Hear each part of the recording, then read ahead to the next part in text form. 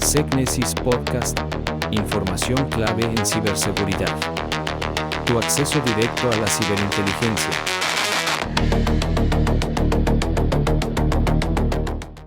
A ver, pensemos en esto por un segundo.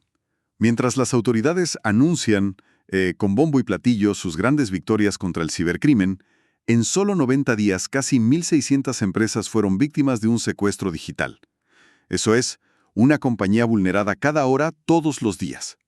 Y lo más increíble, lo que de verdad no me cuadra, es que esto sucede mientras los grandes nombres del ransomware, los que siempre salen en las noticias, pues supuestamente están cayendo. Hoy vamos a sumergirnos en un material fascinante. Es el informe de seguridad sobre ransomware del tercer trimestre de 2025. Y nuestra misión, es tratar de entender esta aparente contradicción. ¿Cómo es que la actividad criminal está en su punto más alto justo cuando se supone que los malos están perdiendo?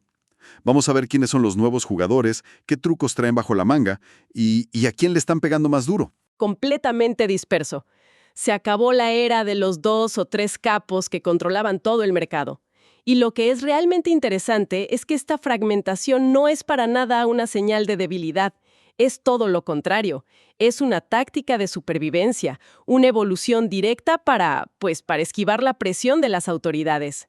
Para los que se defienden, esto es una pesadilla. El enemigo ya no tiene una sola cara. Ahora es un enjambre, como dices, difuso, cambiante y mucho más impredecible. Un enjambre. Sí, me gusta esa palabra. A ver, vamos a desglosar esto, porque el informe lo pone en números muy claros. Antes, los 10 grupos más grandes eran dueños de casi 2/3 de todos los ataques. Ahora con trabajos llegan a la mitad, al 56%. O sea que el poder de los grandes se está, desmoronando y repartiendo entre muchísimos actores más pequeños. Exactamente. Es como si el gran cártel se hubiera desintegrado en docenas de pandillas locales. Y para entender por qué esto no detiene el crimen, hay que hablar de los afiliados. Pensemos en ellos como los operadores, los hackers que hacen el trabajo sucio, ¿sabes? En el terreno. Ellos no les son leales a una marca, sino al dinero. Cuando la policía desmantela un grupo grande, sus afiliados no se van a su casa a buscar un trabajo honesto. Claro, simplemente buscan otra franquicia para la cual trabajar, ¿no? Es la analogía perfecta. El informe lo confirma con un dato brutal. Solo en este último trimestre, fíjate, aparecieron 14 grupos nuevos. 14. 14 en 3 meses. Las marcas son desechables, son como camisetas que se pueden cambiar. Lo que perdura es el talento, las herramientas, la infraestructura. Los operadores simplemente migran y así mantienen el volumen de ataques por los cielos. La infraestructura criminal es increíblemente resiliente, aunque las marcas no lo sean. 14 grupos nuevos. Eso es más de uno por semana. O sea, es como jugar al pégole al topo para las agencias de la ley. Y, a ver, en medio de todo este caos, alguien tiene que estar sacando provecho, ¿no? El reporte apunta con un dedo enorme a un grupo llamado Qilin. Sus números están de locos. Pasaron de un promedio de 36 víctimas al mes a 75. Duplicaron su negocio en menos de un año. Y su éxito se explica porque entendieron perfecto las reglas del nuevo juego. Ofrecen 2 cosas que los afiliados valoran por encima de todo en este mercado tan volátil. 1, un modelo de negocio abierto que facilita la entrada de nuevos operadores. Y 2, y esto es lo más importante, una infraestructura tecnológica súper fiable. Para un hacker, no hay nada peor que su plataforma de ataque se caiga a mitad de la extorsión. Qilin vende estabilidad en medio del caos. Espera, pero el informe menciona algo que me vuela la cabeza. Dice que a veces Qilin elimina a ciertas víctimas de sus sitios de filtración de datos. Eso va en contra de toda lógica, ¿no? Se supone que la idea es presionar lo más posible. ¿Por qué dejarían ir a una víctima? Perdonarle la vida, por así decirlo. Porque piensan como un negocio, no como simples vándalos. Saben que un ataque de muy alto perfil, por ejemplo, a un hospital infantil o a una agencia de gobierno crítica, atrae un tipo de atención que no quieren. La del FBI, la de agencias internacionales. Exacto. El mal calor, como dirían. Al gestionar su portafolio de víctimas y deshacerse de las que son políticamente radioactivas, están haciendo un cálculo de riesgo-beneficio. minimizan el riesgo y maximizan la ganancia a largo plazo. Vaya, qué nivel de sangre fría. Son estrategas. Y bueno, hablando de nombres que creíamos conocer, el informe detalla el regreso de un titán que dábamos por muerto, Lockbit.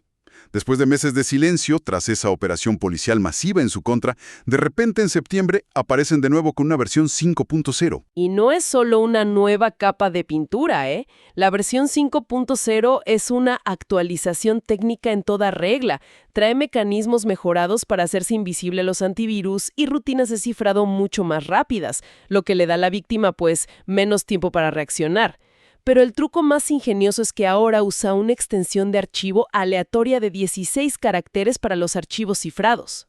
Suena muy técnico. ¿Qué significa eso en la práctica? O sea, en cristiano. Imagina que un ladrón, en lugar de usar siempre la misma ganzúa, fabricara una completamente nueva y diferente para cada puerta que intenta abrir. Así, para los sistemas de seguridad es casi imposible reconocer el patrón del ataque. Es una forma muy astuta de evadir la detección.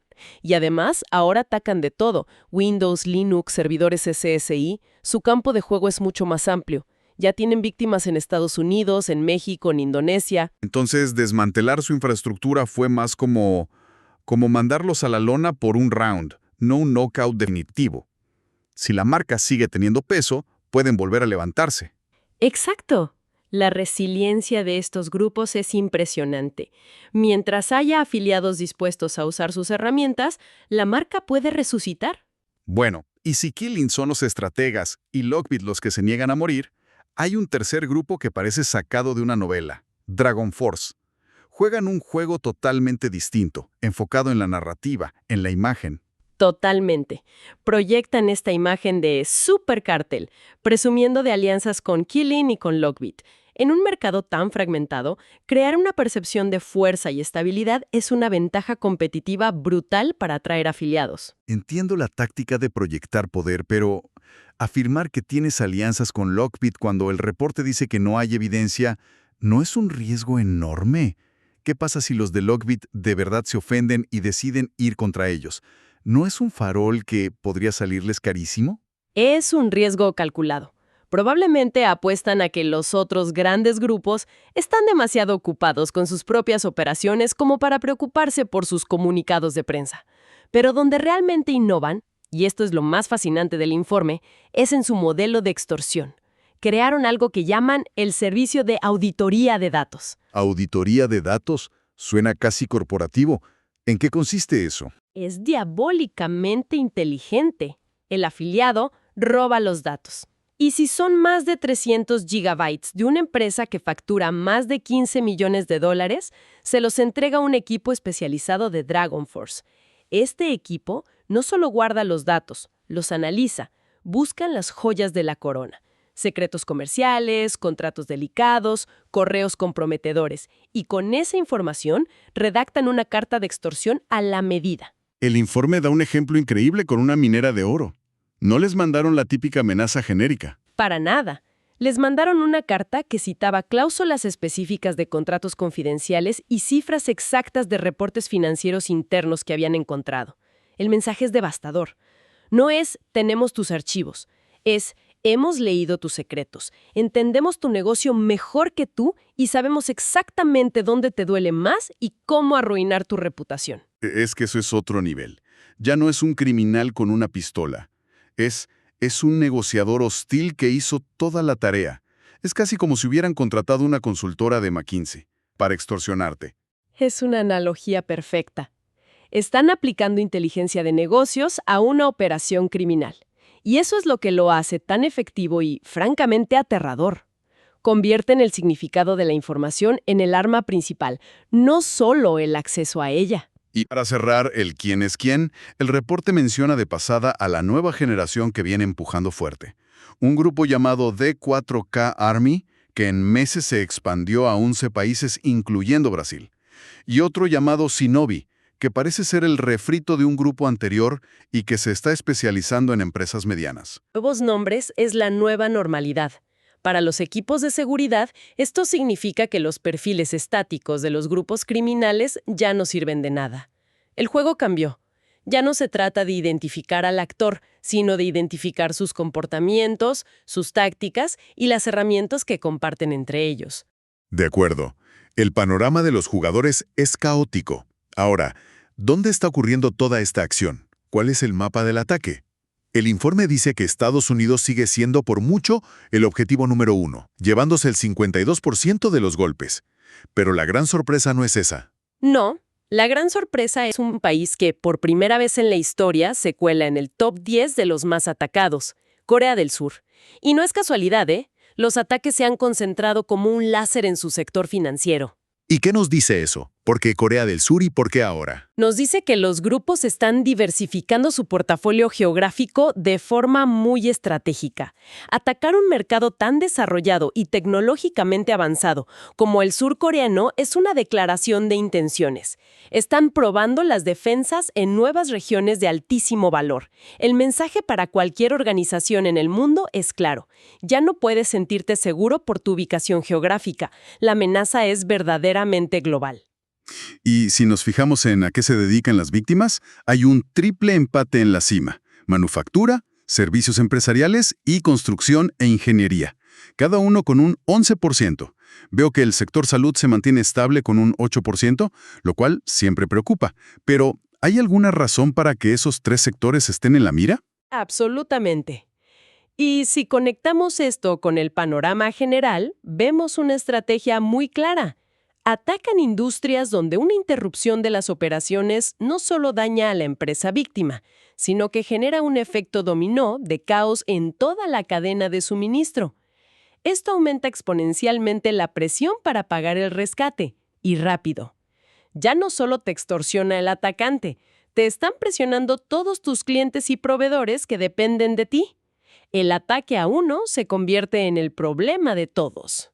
El panorama es, como decíamos, bastante sombrío. Más atacantes, tácticas más sofisticadas, alcance global. Parece una batalla perdida. Frente a todo esto, ¿qué se puede hacer? El informe dedica su última parte a dar algunas recomendaciones. Y aquí hay un cambio de mentalidad fundamental. La defensa moderna ya no puede basarse en la idea de construir un muro impenetrable, porque esa invulnerabilidad ya no existe. El concepto central que une todas las recomendaciones es la resiliencia. El objetivo no es evitar que te peguen, sino ser capaz de levantarte, responder y recuperarte más rápido que tu adversario. Suena bien en teoría, pero ¿cómo se logra esa resiliencia en la práctica? El informe destaca varios pilares. El primero es la visibilidad unificada. Tienes que ser capaz de integrar datos de todas tus fuentes de seguridad, las computadoras, el correo, la nube, la red, para ver la película completa de un ataque, no solo escenas aisladas. Como tener un MRI de cuerpo completo en lugar de solo mirar un síntoma. Ándale, exacto. El segundo pilar es la respuesta automatizada. El tiempo es oro. ¿Automatizada para hacer qué exactamente? Para contener el movimiento lateral de un ataque. A ver, acabas de usar una frase clave. Movimiento lateral. ¿Qué significa eso? Significa impedir que el atacante, una vez que logra entrar por una ventana, digamos una computadora, se mueva por toda la red como si fuera su casa, buscando los activos más valiosos. La automatización permite cerrar esas puertas internas y aislar la infección en minutos, no en horas, lo que puede ser la diferencia entre un pequeño incidente y un desastre total. Entendido. Es poner al hacker en cuarentena antes de que infecte todo, y supongo que los respaldos siguen siendo cruciales. Cruciales es poco.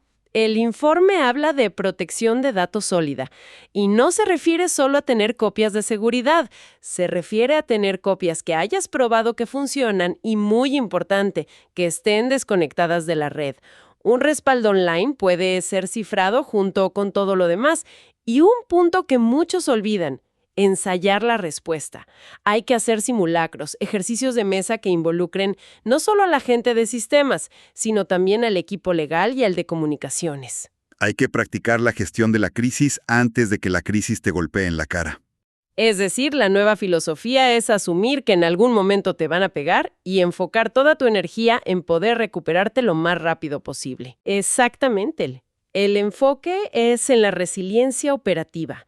El objetivo número 1 es restaurar el negocio. La extorsión por la filtración de los datos es un problema aparte, casi de relaciones públicas y legal, pero la continuidad del negocio es lo que te mantiene vivo. Bueno, para ir cerrando, creo que el panorama que nos deja este análisis es clarísimo. El mundo del ransomware está más activo y fragmentado que nunca. El poder ya no está en manos de unos pocos gigantes, sino en un enjambre de grupos más pequeños, ágiles y adaptables. Y esto obliga a un cambio de juego total. Los atacantes evolucionan sus modelos de negocio y los defensores tienen que pasar de un enfoque de prevención a uno de pura y dura resiliencia. Y si hay una sola idea con la que la gente debe quedarse, es esta. Ya no importa memorizar el nombre de un grupo como Lockbit o Quilling. Lo crucial es entender la increíble capacidad de adaptación del ecosistema en su conjunto. Las líneas entre los grupos se desdibujan, las herramientas se comparten y los afiliados, que son la verdadera amenaza persistente, migran de una marca a otra con una fluidez que asusta. Es un cambio de paradigma total. Un enemigo sin rostro fijo. Totalmente. Y esto me lleva a una última reflexión. Una pregunta que el informe no hace, pero que se deriva de todo lo que hemos hablado. Vimos el servicio de auditoría de datos de DragonForce, que convierte el significado de los datos en un arma. Esto nos lleva a un escenario bastante inquietante. Cuando a medida que los datos robados y su contexto se convierten en la verdadera palanca de extorsión, llegaremos a ver un futuro en el que los grupos de ransomware ni siquiera se molesten en cifrar nada. Un futuro en el que operen puramente como consultores de extorsión, vendiendo su habilidad para encontrar y exponer los secretos más profundos y dolorosos de una organización sin necesidad de tocar un solo archivo.